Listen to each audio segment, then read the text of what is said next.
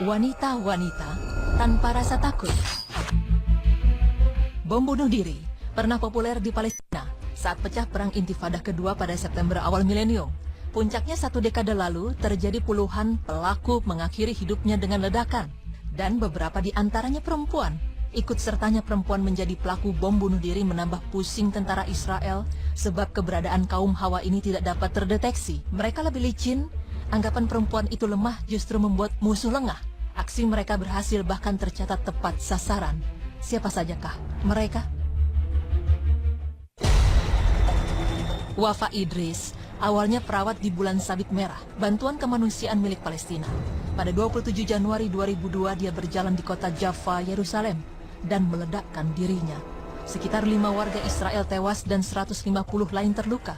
Sebelum melakukan aksi bom bunuh diri, dia dikenal sebagai suster paling berani dan selalu berada di garis depan membantu demonstran Palestina. Namun semua berubah sejak kematian anak Wafa, Samir Khosbeh. Ketika ditembak kepalanya oleh militer Israel, dia berjanji membalas dendam atas tewasnya sang anak. Anggota perempuan pejuang pembebasan Palestina, Darin Abu Aisyah, meledakkan dirinya di pemukiman Israel di West Bank. Peristiwa ini menewaskan 4 warga Israel. Perempuan ini tercatat sebagai mahasiswi di Universitas Al-Najah di kota Nablus, Palestina. Dia ingin menjadi perempuan kedua setelah Wafa Idris. Darin juga mengajak perempuan Palestina untuk melawan kebiadaban Zionis. Menurut Darin, Perdana Menteri Israel, Ariel Sharon, harus tahu bahwa seluruh perempuan Palestina melahirkan para martir dan menjadi panutan bukan hanya untuk anak lelaki, kakak, dan suaminya. Dia juga ingin menjadi pahlawan.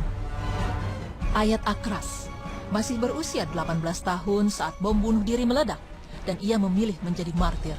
Aksinya dilakukan di area Yiryat Hayofel, sebuah pusat di Yerusalem.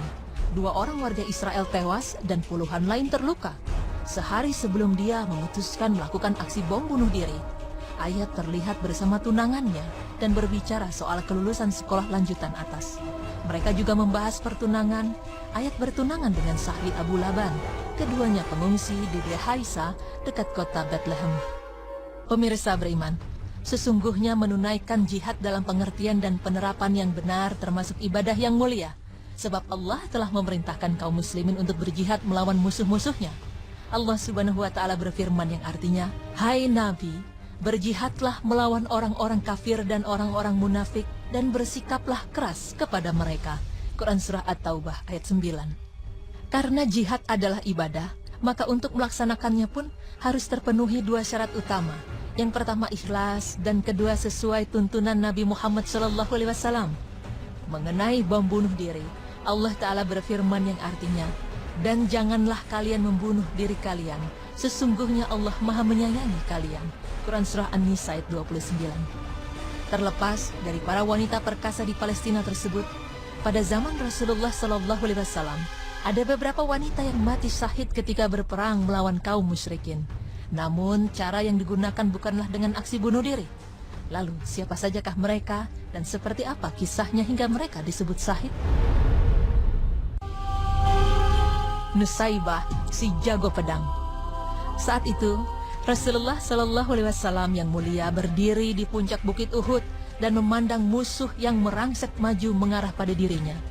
Beliau memandang ke sebelah kanan dan tampak olehnya seorang perempuan mengayun-ayunkan pedangnya dengan gagah perkasa, melindungi dirinya.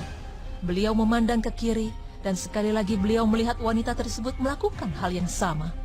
Kata Rasulullah SAW kemudian, "Tidaklah aku melihat ke kanan dan ke kiri pada pertempuran Uhud, kecuali aku melihat Nusaibah binti Ka'ab berperang membelaku."